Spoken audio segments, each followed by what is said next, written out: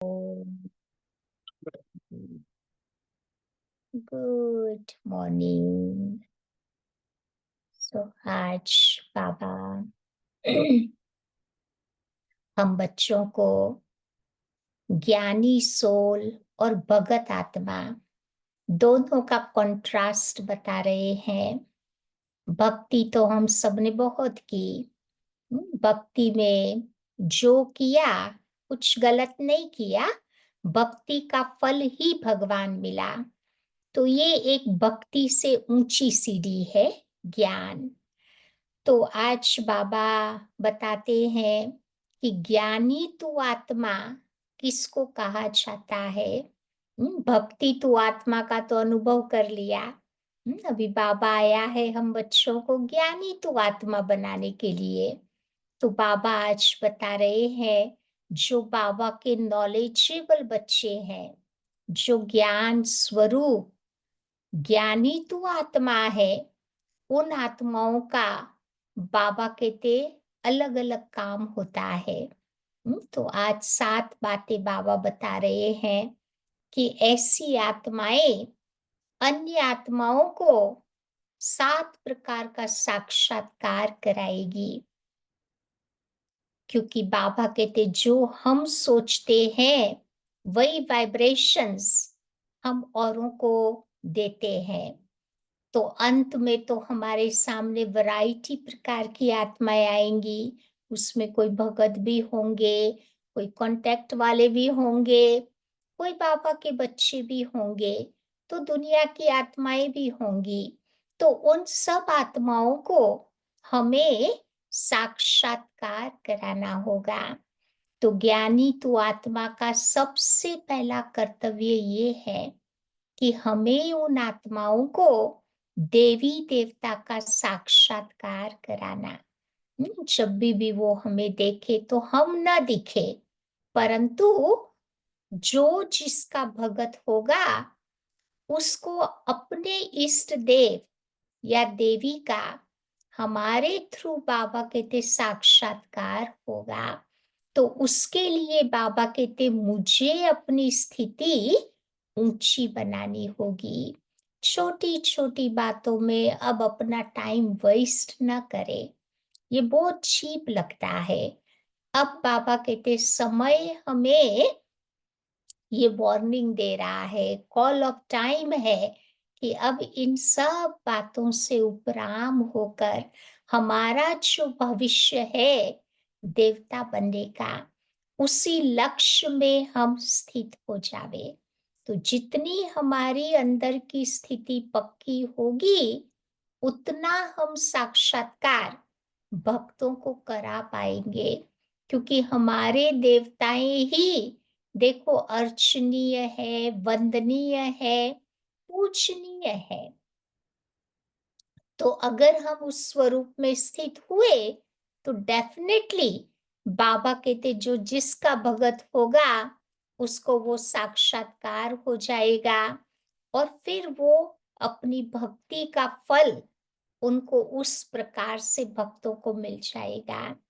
दूसरी बात बाबा कहते हैं कि हमें लाइट का भी साक्षात्कार कराना है।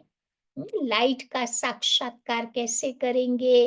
तो जितना जितना मेरा तीसरा नेत्र खुला हुआ होगा, हम लाइट बन के रहेंगे, आत्म अभिमानी बन के रहेंगे, तो फिर वो लाइट का अनुभव बाबा कहते वो लोग भी करते रहेंगे। कई बार हम देखते हैं ना कि बाबा के बच्चों के आगे कोई परीक्षा आती है। एक बार एक बहन वो ट्रैवलिंग कर रही थी, मधुबन जा रही थी, ट्रेन में मुसाफरी कर रहे थे साउथ इंडिया से। आप देखो वहां पर जाओ मधुबन तो 2-3 दिन इन लोगों को लग जाते हैं। तो ट्रेन है मध्य प्रदेश से कहाँ से पास हो रही थी, तो उसमें कहते हैं कुछ टेररिस्ट अंदर आ गए। तो टेररिस्ट ने लोगों को लूटने का काम शुरू किया। फिर वो धीरे धीरे उसी कंपार्टमेंट में आए जहां पर हमारी 2 बहनें बैठी हुई थी। अब उस समय कोई क्या कर सकता है, चालू ट्रेन में कुछ नहीं होगा, रात का टाइम था। तो ये बहनें बाबा की याद में बैठ गई। तो जैसे बाबा की याद में बैठ गई, तो इन लोगों को उनको वो बहनें नहीं दिखाई देती थी, बस लाइट ही लाइट दिखाई देती थी। फिर इन लोगों ने सोचा कि शायद यहाँ तो घोस्ट है, तो फिर वो भाग गए। तो उस प्रकार बाबा हम बच्चों को ये बताते हैं कि जैसी परिस्थिति, जैसा समय, उस प्रकार हम वो लाइट के स्वरूप में स्थित होंगे, तो लोगों को लाइट का अनुभव हम करा सकेंगे। तीसरी बात बाबा कहते हमें फरिश्ते स्वरूप का भी साक्षात्कार कराना है। तो उनको लगे कि यही फरिश्ते थे, यही फरिश्ते हैं जो हमारे स्वप्न में आए थे। क्योंकि कई बार आपने देखा होगा कई आत्माएं फरिश्तों को मानती है, गाइडिंग एंजल्स उनके होते हैं। तो ये एंजल्स उनको स्वप्न में आकर के फिर उनको रास्ता बताते हैं, या उनका कंफ्यूजन दूर करते हैं, या उनको कोई ना कोई बात में गाइड करते रहते हैं। तो उसके लिए बाबा कहते हमें अंदर से ये प्रैक्टिस पक्की करनी होगी कि चलते फिरते मैं फरिश्ता हूँ। बाबा फरिश्ता किसको कहते हैं? जिसकी पुरानी दुनिया, पुराने शरीर से, पुराने संस्कारों से कोई रिश्ता नहीं है, वो है फरिश्ता। तो रोज सवेरे अमृत वेले उठ करके हमें याद दिलाना है कि मैं बाप समान फरिश्ता हूँ। ये संकल्प रोज रोज स्मृति में लाना होगा, तब जाकर के वो फरिश्ते का साक्षात्कार हम करा पाएंगे। या फिर बाबा बताते हैं चौथी बात, ज्ञानी तू आत्मा बन करके हमें बिंदु रूप का भी साक्षात्कार कराना है। केवल चमकती हुई बिंदु, ज्योति बिंदु का साक्षात्कार। तो वो आत्माएं जब भी देखे तो उनको वो बिंदु का अनुभव हो, क्योंकि बाबा भी बिंदु, हम भी बिंदु, ड्रामा भी बिंदु। तो ये बिंदु रूप का जितना जितना मेरा अभ्यास होगा, उतना उतना हम वो साक्षात्कार कराएंगे। फिर बाबा बताते ज्ञानी तू आत्मा बन करके हमें आधार मूर्त, उद्धार मूर्त का भी साक्षात्कार कराना है कि हम ही तो विश्व के रक्षक, सहारे दाता, सुख करता, दुख हरता है। लोग रियलाइज करें कि ये हमारे पालनहार है, ये जगत के पालनहार है। हम जगत के आधार मूरत, उद्धार मूरत है। कई बार आपने देखा होगा कि आपकी प्रेजेंस से ही उन आत्माओं को ताकत मिल जाती है। कई बार हम लोग देखते हैं कि हमारे जो भी कांटेक्ट वाले भाई बहने हैं चाहे बाबा के घर में नहीं आते हैं, या लेकिन वो लोग अपना अनुभव सुनाते हैं कि अगर आप यहाँ बैठे हुए हो, भल हम आपको रोज नहीं देखते हैं, लेकिन आपकी प्रेजेंस ही हमें सपोर्ट देती है, शक्ति देती है, सहारे का अनुभव कराती है। तो ये बाबा कहते आधार मूरत, उद्धार मूरत बनने की बात हो गई। फिर बाबा कहते हैं कि ज्ञानी तो आत्मा बन करके हमें ये भी साक्षात्कार कराना है कि लोग समझे कि ये अल्लाह लोग है, ये भगवान के बच्चे हैं। इन्होंने भगवान को पाया, हमने नहीं पाया। कई बार हमारा जीवन देख देख करके लोग महिमा तो करते हैं ना कि भाई हम नहीं कर सकते, हमारे में उतनी ताकत नहीं है जो आप लोग इतना अच्छा पुरुषार्थ करके, इतनी अच्छी आप लोगों ने जो जीवन बनाई है। तो लोगों को ये साक्षात्कार कराना है कि हम सच्चे सच्चे भगवान के बच्चे हैं। उसके लिए मुझे पहले उस नशे में रहना होगा, तो वो अनुभव करा पाएँगे। या और लास्ट में बाबा कहते हैं, हमें बाप का भी साक्षात्कार कराना है, तो हमें उनको बाबा दिखाई दे। हम और बाबा एक है। हर जगह बाबा ही बाबा है। जब प्रत्यक्षता का पर्दा खुलेगा, तो उन बिचारी आत्माओं में वो ताकत नहीं होगी भगवान से प्राप्त करने की कुछ भी। तो हमें बाबा कहते हैं, अपनी शक्तियों के द्वारा, बाबा की शक्तियों के द्वारा उन आत्माओं को ये अनुभव कराना है कि ये आत्माएँ बाप समान है, बाबा की क्वालिटीज़ वो हमारे में वो अनुभव करे। या तभी तो फिर द्वापर से वो धारणा उनकी पक्की रहेगी कि भगवान सर्वव्यापी है। नहीं, वो भागवत में सुनते हैं ना, एक-एक गोपी के साथ श्री कृष्ण डांस करते थे, तो वो अनुभव कब हुआ? तो जितना-जितना हम बाबा की याद में लवलीन रहेंगे, तो हमारी वो लवलीन स्टेज लोगों को ये अनुभव कराएगी कि भई ये भगवान के बाबा का जैसे साक्षात्कार, भगवान का साक्षात्कार बच्चों के द्वारा होता रहेगा। तो ये आज बाबा बता रहे, ज्ञानी तू आत्मा बन कर के मुझे ये काम करना है। तो आइए सुनते हैं, आज की बाबा की मुरली है 9 नवंबर की। तो बाबा कहते, मीठे बच्चे, बाबा आया है तुम बच्चों को भक्ति तू आत्मा से ज्ञानी तू आत्मा बनाने के लिए, पतित से पावन बनाने के लिए। आज का प्रश्न है, ज्ञानवान बच्चे किस चिंतन में सदा रहते हैं? पापा ने ज्ञानी तो बना दिया, अब ज्ञानी बच्चों का क्या चिंतन होगा? तो ज्ञान का ही चिंतन करेंगे ना। तो बाबा कहते हैं कि मैं अविनाशी आत्मा हूँ, ये शरीर विनाशी है। मैंने 84 शरीर धारण किए हैं, अब ये मेरा अंतिम जन्म है। आत्मा कभी छोटी बड़ी नहीं होती, शरीर उसका छोटा बड़ा होता है। आत्मा साइज में तो एक जैसी ही है, परंतु बाबा कहते शरीर छोटा बड़ा होता। ये आंखें शरीर में है, लेकिन इनसे देखने वाली मैं आत्मा हूँ। तो बाबा आत्माओं को ज्ञान का तीसरा नेत्र देते हैं। वो भी जब तक शरीर का आधार न ले, तब तक बाबा पढ़ा नहीं सकते।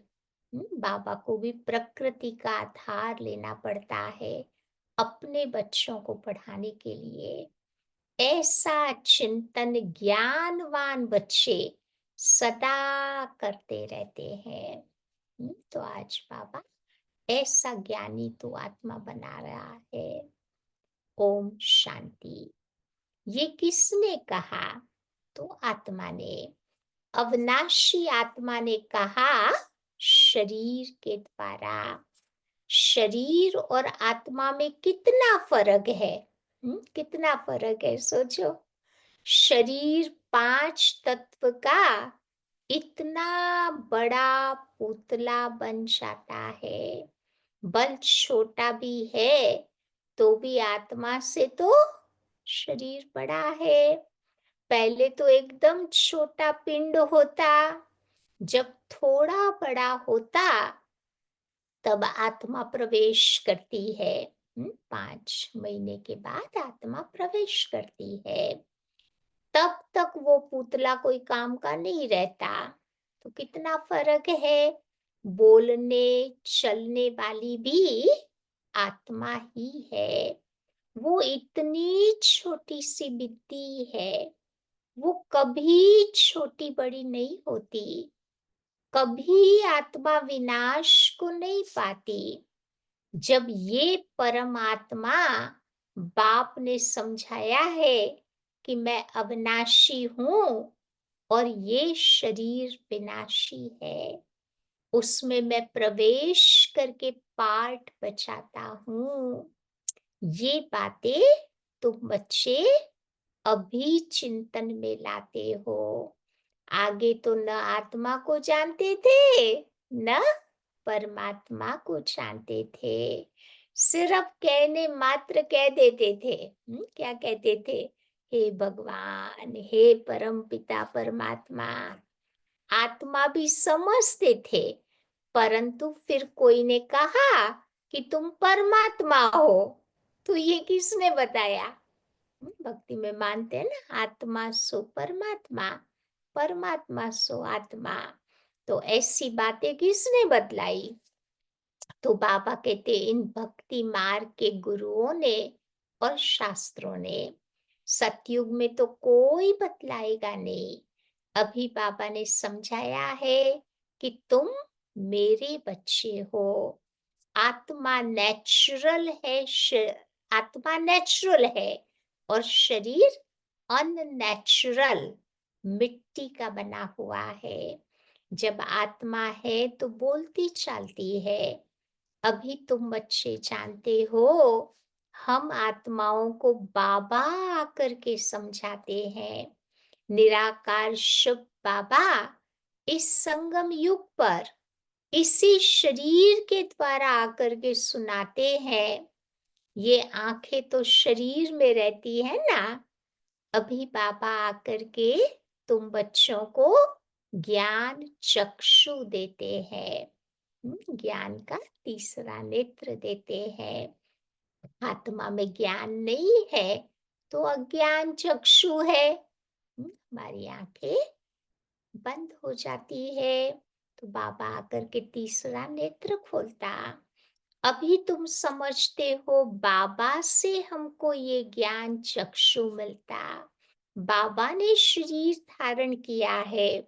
बाबा अपना भी राज बताते तो सृष्टि के आदि मध्य अंत का भी राज बताते। बाबा आकर के सारे नाटक का नॉलेज देते। आगे तुम्हें पता नहीं था। हाँ, नाटक जरूर है, सृष्टि चक्र फिरता है, परंतु ये साइकिल कैसे फिरता है ये बाबा कहते पता नहीं था। पहले बिल्कुल नहीं जानते थे साइकिल के बारे में। अब रचयिता और रचना के आदि मध्य अंत का ज्ञान तुम बच्चों को अभी मिलता है। बाकी तो सब है भक्ति में। बाबा आकर के तुमको ज्ञानी तू आत्मा बनाते हैं। आगे तुम थे, पहले हम क्या थे? भक्ति तू आत्मा। तू आत्मा भक्ति करते थे, अभी आत्मा ज्ञान सुनती है। भक्ति को कहा जाता है अंधियारा। ऐसे नहीं कहेंगे कि भक्ति से भगवान मिलता। बाबा ने समझाया है भक्ति का भी इस ड्रामा में पार्ट है, तो ज्ञान का भी इस ड्रामा में पार्ट है। तुम जानते हो हम भक्ति करते थे तो कोई उतना सुख उस समय नहीं था। थोड़ी खुशी होती थी, थोड़ा नशा चढ़ता था, परंतु वो जो निरंतर सुख का अनुभव होना चाहिए वो नहीं होता था। भक्ति करते धक्का खाते रहते थे, बाप को ढूंढते रहते थे। इस मंदिर में गए, उस मंदिर में गए, आज फलाने सत्संग में गए, आज ये साधु आया तो इधर भागे, कल उधर भागे, तो ढूंढते रहते थे। अभी समझते हो कि यज्ञ, तप, दान, पुण्य आदि जो भी कुछ करते थे, ढूंढते ढूंढते धक्का खाते खाते फिर तंग भी हो जाते थे, तमो प्रधान बन जाते हैं, क्योंकि गिरना होता है, फिर झूठे काम करना भी होता है। उससे भी आत्मा की ताकत चली जाती है ना, गलत काम करने से भी आत्मा तंग हो जाती। तो बाबा कहते हैं कि ऐसे नहीं कि कोई पावन होने के लिए भक्ति करते थे। भगवान से पावन बनने के बगैर हम पावन दुनिया में नहीं जा सकेंगे। ऐसे भी नहीं कि पावन बनने के बगैर भगवान से नहीं मिल सकते। भगवान तो कहते हैं, भगवान को कहते ना, भक्ति में भी कहते थे कि आकर हमको पावन बनाओ। तो पतित ही भगवान से मिलते हैं पावन बनने के लिए। पावन से तो भगवान मिलता नहीं। सतयुग में थोड़ी इन लक्ष्मी नारायण से भगवान मिलता। भगवान आकर के तुम पतितों को पावन बनाते हैं और तुम ये शरीर छोड़ देते। पावन तो इस तमो प्रधान पतित सृष्टि में फिर वो रह नहीं सकते। आत्मा पावन बन गई तो फिर बाबा कहते इस पतित सृष्टि में नहीं रह सकती। तो बाबा तुम बच्चों को पावन बना करके फिर गुम हो जाते हैं। कहाँ गुम हो जाते हैं? बाबा परम धाम चले जाते हैं। तो बाबा का पार्ट इस ड्रामा में बड़ा वंडरफुल है। जैसे आत्मा देखने में आती नहीं है, बल साक्षात्कार होता है तो समझ नहीं सकते। भक्ति में भी कई बार आत्मा का साक्षात्कार होता। नहीं, स्वामी विवेकानंद को भी साक्षात्कार हुआ। ब्रह्मा बाबा को भी ज्ञान के पहले आत्मा को देखा, लेकिन बाबा कहते कुछ समझ नहीं सकते। और तो सबको समझ सकते हैं कि ये फलाना फलाना है, याद भी करते हैं, चाहते हैं फलाने का चैतन्य में साक्षात्कार हो, और तो कोई मतलब ही नहीं। अच्छा, चैतन्य में देखते हो फिर क्या? साक्षात्कार हुआ फिर तो गुम हो जाएगा ना। कई बार भक्तों को भी नौदा भक्ति करने से देवी देवताओं का साक्षात्कार होता है, लेकिन कुछ ही घड़ियों का वो होता है, फिर वो गुम हो जाता। तो अल्पकाल क्षण भंगुर सुख की आश उनकी पूरी हो जाती। उसको कहा जाएगा अल्पकाल का सुख। साक्षात्कार की चाहना होती है तो वो मिल जाता है। जिस इच्छा से भक्ति करते हैं, तो भक्ति में भी वो भी तो भगवान के बच्चे हैं ना, तो बाबा उनकी भावना का बाड़ा भी थोड़ा दे देते हैं तो उनकी चाहना पूरी हो जाती।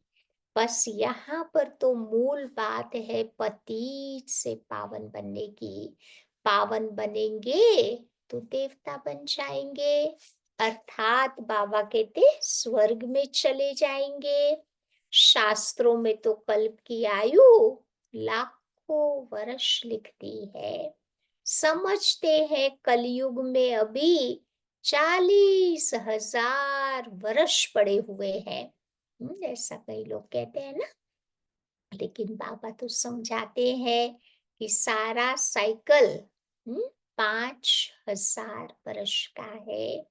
तो मनुष्य अंधियारे में है ना, उसको कहा जाता है घोर अंधियारा। ज्ञान तो कोई में है नहीं, वो सब है भक्ति। तो रावण जब से आता है तो भक्ति भी उनके साथ है, और बाबा जब आते हैं तो क्या लेकर के आते हैं? रावण आता है तो भक्ति लेकर के आता, बाबा जब आते हैं तो ज्ञान लेकर के आते। वहां तुम कोई ज्ञान किसी को देते नहीं हो, ज्ञान उनको मिलता है जो अज्ञान में है। तो बाबा को कोई भी जानते नहीं। देखो, बाबा को भी गाली देते हैं, ईश्वर को सर्वव्यापी कहते हैं। वो हम आत्माओं का बाप है। वो कहते हैं कि परमात्मा कोई ठिक्कर बित्तर में नहीं बैठा है, कण कण में भगवान नहीं है। तुम बच्चों ने अच्छी तरह से समझा है कि भक्ति बिल्कुल अलग चीज है, उसमें ज्ञान जरा भी नहीं है। समय ही सारा बदल जाता। भगवान का भी नाम बदल जाता, फिर मनुष्यों का भी नाम बदल जाता। कैसे बदल जाता? तो बाबा समझाते हैं कि पहले-पहले देवता कहा जाता, सतयुग में जो आत्माएँ थी वो देवता थी, फिर त्रेता में क्षत्रिय, फिर द्वापर में वैश्य और कलयुग में शूद्र। तो वो दैवी गुण वाले मनुष्य और ये है आसुरी गुणों वाले मनुष्य। गुरु नानक ने भी कहा है ना कि असंख्य चोर हरामखोर। अब मनुष्य कोई ऐसा कहे तो उनको जट कहेंगे कि तुम ये क्यों गाली देते हो। भक्ति में नहीं ऐसे करते हैं ना, कोई बोलता है तो फिर बोलेंगे कि आप क्यों गाली देते हो। परंतु बाबा कहते हैं कि बच्चे, ये सब है आसुरी संप्रदाय। तुमको क्लियर करके बाबा समझाते हैं कि वो रावण संप्रदाय है, ये राम संप्रदाय है। गांधी जी भी कहते थे, गांधी जी क्या कहते थे कि हमको राम राज्य चाहिए। क्यों राम राज्य चाहिए? क्योंकि राम राज्य में सब निर्विकारी है, रावण राज्य में है सब विकारी। इसको ही तो रौरव नर्क कहा जाता ना। इस समय के मनुष्य विषय वैतरणी नदी में पड़े हुए हैं। मनुष्य, जानवर आदि सब एक समान है। मनुष्य की कोई महिमा नहीं है। 5 विकारों पर तुम बच्चे जीत पाकर मनुष्य से देवता बनते हो। बाकी तो सब खत्म हो जाते। देवताएं तो सतयुग में रहते थे, अभी इस कलयुग में असुर रहते हैं। असुरों की निशानी क्या है? असुर बाबा कहते किसको कहेंगे? तो बाबा कहते जिनमें 5 विकार है। देवताओं को तो कहा जाता है संपूर्ण निर्विकारी, और असुरों को कहते थे संपूर्ण विकारी। वो है 16 कला संपूर्ण। यहाँ तो बाबा कहते कोई कला नहीं रही है, सबकी कला काया शट हो गई। तो अब बाबा बैठ तुम बच्चों को ये सब बातें समझाते हैं। तो बाबा आए हैं, किस लिए बाबा आया है? इस पुरानी दुनिया को चेंज करने, रावण राज्य को शिवालय बनाने के लिए। उन्होंने तो यहाँ पर ही कितने नाम रख दिए हैं, त्रिमूर्ति हाउस, त्रिमूर्ति रोड, आगे ये नाम थोड़े ही थे। अब होना क्या चाहिए? तो ये सारी दुनिया देखो किसकी है? कहते हैं ना परमात्मा की है। परमात्मा की दुनिया है जो आधा कल्प पवित्र और आधा कल्प अपवित्र रहती। तो क्रिएटर एक बाबा को कहा जाता। तो ये दुनिया उनकी हुई ना। बाबा समझाते हैं कि बच्चे मैं भी मालिक हूँ, मैं बीज रूप चैतन्य ज्ञान का सागर हूँ। मेरे में सारा ज्ञान है जो और कोई में नहीं है। तुम बच्चे समझ सकते हो इस सृष्टि चक्र के आदि, मध्य, अंत का नॉलेज एक बाबा में ही है। बाकी तो सब बैठ के गपोड़े मारते हैं। मुख्य गपोड़ा बहुत खराब है। मतलब गपोड़ा खराब, उल्टा सुल्टा बोलते, जिसके लिए बाबा उलाना देते। कौन सा सबसे बड़ा झूठ बोला? तुम मुझे ठिक्कर भित्तर कुत्ते बिल्ले सब में समझ बैठे हो, इसीलिए देखो तुम्हारी दुर्दशा हो गई। भगवान क्यों, ये भी तो गाली हो गई ना। कोई हमें बोले कि तुम कुत्ते बिल्ले सब में हो तो कैसा अच्छा नहीं लगेगा ना। तो भगवान के लिए ये शब्द बोले, तो नई दुनिया के मनुष्यों और पुरानी दुनिया के मनुष्यों में रात दिन का फर्क है। आधा कल्प से लेकर अपवित्र मनुष्य पवित्र देवी देवताओं के पास जाकर माथा टेकते हैं। तो ये भी बच्चों को समझाया है कि पहले पहले पूजा होती है द्वापर युग में। सबसे पहले पूजा होती है शिव बाबा की। जो शिव बाबा तुमको पुजारी से पूज्य बनाते, रावण तुमको पूज्य से आकर पुजारी बना देता। फिर बाबा ड्रामा प्लेन अनुसार आकर तुमको पूज्य बना देता, देवता समान। रावण आदि का तो ये सब नाम है ना। दशहरा मनाते हैं तो कितने मनुष्यों को बाहर से बुलाते हैं। बाहर से लोगों को, फॉरेनर्स को बुलाते हैं कि भाई आओ हमारे देश में, देखो हम कैसे रावण को जलाते हैं। परंतु उसका अर्थ नहीं समझते। देवताओं की कितनी निंदा कराते हैं। ऐसी बातें तो बिल्कुल है नहीं। जैसे कहते हैं ईश्वर नाम रूप से न्यारा है, अर्थात नहीं है। वैसे ये जो कुछ खेल आदि बनाते हैं, ऐसा तो कुछ था नहीं। ये सब है मनुष्यों की बुद्धि। मनुष्य मत को कहा जाता है आसुरी मत। यथा राजा रानी तथा प्रजा। सतयुग में सब सुखी थे और कलयुग में आकर के बाबा कहते दुखी बन जाते। इनको कहा ही जाता है डेविल वर्ल्ड, आसुरी राज्य बोलते हैं ना।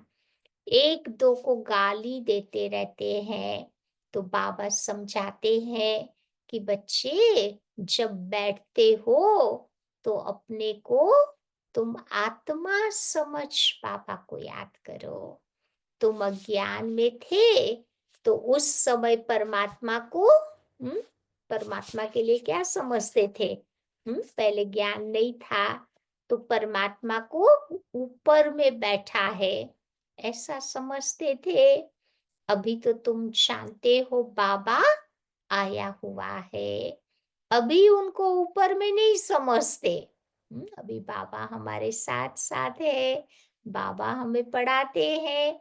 या तो बाबा को ऊपर बैठा, खैर ऊपर उसका घर डेफिनेटली है, लेकिन अभी वो हमारे पास है। तुमने बाबा को यहाँ बुलाया है इस तन में। तुम जब भी अपने अपने सेंटर्स पर बैठते हो तो समझेंगे कि शिव बाबा मधुबन में इनके तन में है। भक्ति मार्ग में तो परमात्मा को ऊपर मानते थे। हे भगवान, अभी तुम बाबा को कहाँ याद करते हो? क्या बैठ कर करते हो? तुम जानते हो ब्रह्मा के तन में बाबा आए हुए हैं तो जरूर बाबा को यहाँ याद करना पड़े। ऊपर में तो वो है नहीं, वो यहाँ आया हुआ है पुरुषोत्तम संगम युग पर। तो बाबा कहते हैं कि मैं तुम बच्चों को इतना ऊंच बनाने आया हूँ। तुम बच्चे यहाँ याद करेंगे और भगत देखो भगवान को ऊपर याद करते हैं। तुम बल विलायत में होंगे तो भी कहेंगे, क्या कहेंगे? कि ब्रह्मा के तन में शिव बाबा है। अब बाबा को भी तन तो चाहिए ना। भगवान को भी प्रकृति का आधार लेना पड़ता है ना। तो कहाँ पर भी तुम बैठे होंगे तो जरूर बाबा को तुम यहाँ याद करेंगे, ब्रह्मा के तन में याद करेंगे। कई बुद्धिहीन ब्रह्मा को भी नहीं मानते। बाबा ऐसे नहीं कहते कि ब्रह्मा को याद न करो। अब ब्रह्मा बिगर शिव बाबा कैसे याद पड़ेगा? बाबा तो कहते हैं ना कि बच्चे मैं इस तन में आया हुआ हूँ, इसमें तुम मुझे याद करो। इसीलिए तुम बच्चे बाप दादा कहते हो। शिव बाबा हमारा बाप हो गया, तो ब्रह्मा दादा, दादा माना बड़ा भाई, सिंधी में भाई को दादा बोलते हैं। बुद्धि में ये ज्ञान है कि इनकी अपनी आत्मा भी है। शिव बाबा को तो अपना शरीर है नहीं।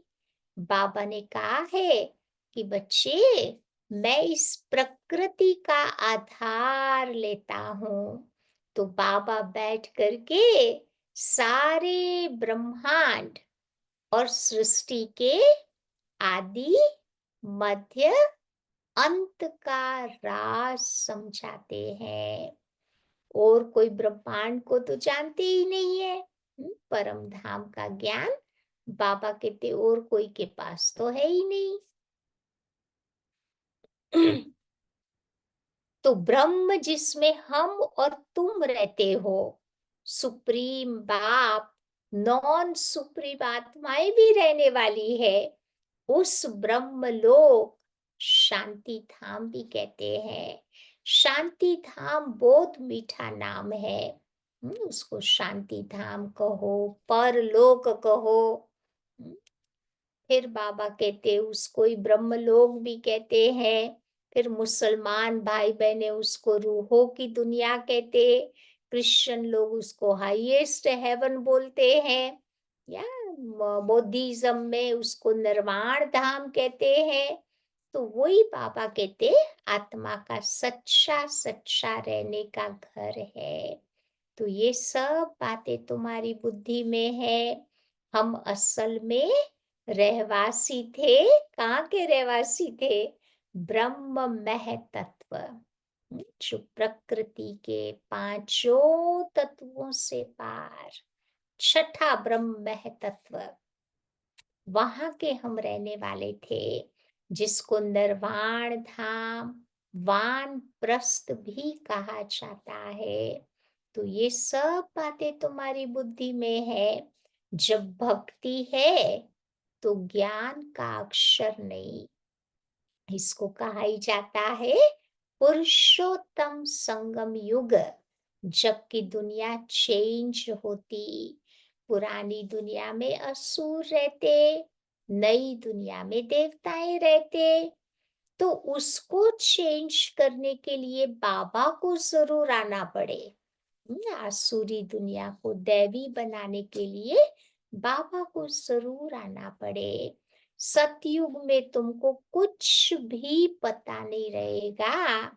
अभी तुमको सब कुछ पता है, सारा ज्ञान, सारा साइकिल अभी हमारी बुद्धि में क्लियर है। अब नई दुनिया कब थी पता नहीं, वो तो लाखों वर्ष कह देते हैं। तुम बच्चे जानते हो कि बाबा इस संगम युग पर ही कल्प कल्प आते हैं। ये वैरायटी, झाड़ का रास और चक्र कैसे फिरता है, ये दोनों बातें बाबा बैठ समझाते हैं। झाड़ अलग अलग धर्म कैसे निकले, फिर ये सृष्टि चक्र का आदि मध्य अंत क्या है, ये सब बातें बाबा बैठ समझाते हैं। तुम्हारा भी धंधा ही है ये समझाने का। बाबा हमको समझाते, हमारा काम है फिर दूसरों को समझाना। अब एक एक को समझाने से तो बहुत टाइम लग जावे, इसीलिए अभी तुम बहुतों को समझाते हो, एक साथ बैठ के सबको समझा देते ना। तो बाबा कहते ये मीठी मीठी बातें फिर बहुतों को समझानी है। तुम प्रदर्शनी आदि में समझाते हो ना, अब शिव जयंती पर और भी अच्छी रीति बहुतों को बुला करके समझाना। तो ये खेल की ड्यूरेशन कितनी है, तुम बच्चे एक्यूरेट बताएंगे।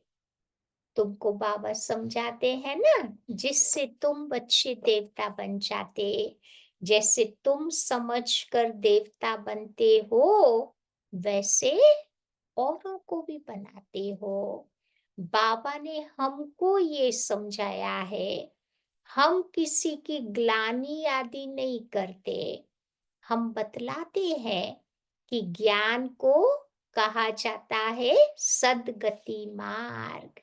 एक सतगुरु ही है पार करने वाला। ऐसी मुख्य मुख्य पॉइंट्स निकाल कर समझाओ। ये सारा ज्ञान बाप के सिवाय और कोई नहीं दे सकता। अच्छा, मीठे मीठे सिकिलते बच्चों प्रति मात पिता बाप दादा का याद प्यार और गुड मॉर्निंग। रूहानी बाप की रूहानी बच्चों को नमस्ते और रूहानी बच्चों की रूहानी बाप को नमस्ते। आज की धारणा पॉइंट है, पहली बात बाबा बताते हैं, पुजारी से पूज्य बनने के लिए संपूर्ण निर्विकारी बनना है। ज्ञानवान बन स्वयं को स्वयं ही चेंज करना है। कोई नहीं करे, मुझे ही ज्ञान को जीवन में धारण कर अपने आप को चेंज करना है। अल्पकाल सुख के पीछे नहीं जाना है। दूसरी बात, बाप और दादा दोनों को सामने रखना है।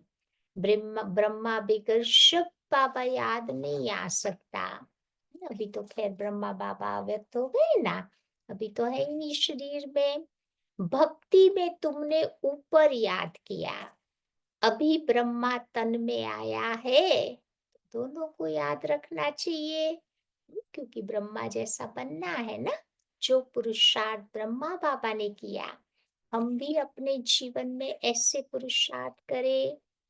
आज का वरदान है, हर कर्म में विजय का अटल निश्चय और नशा रखने वाले अधिकारी आत्मा भव। हर कर्म में विजय का अटल निश्चय और नशा रखने वाले अधिकारी आत्मा भव। विजय हमारा जन्म सिद्ध अधिकार है। इस स्मृति से सदा उड़ते चलो, कुछ भी हो जाए ये स्मृति में लाओ। कौन सी बात स्मृति में लाओ? कि मैं सदा विजयी आत्मा हूँ। क्या भी हो जाए ये निश्चय अटल हो। नशे का आधार ही होता है निश्चय। निश्चय कम है तो फिर नशा भी कम। इसीलिए कहते हैं निश्चय बुद्धि विचयन्ति।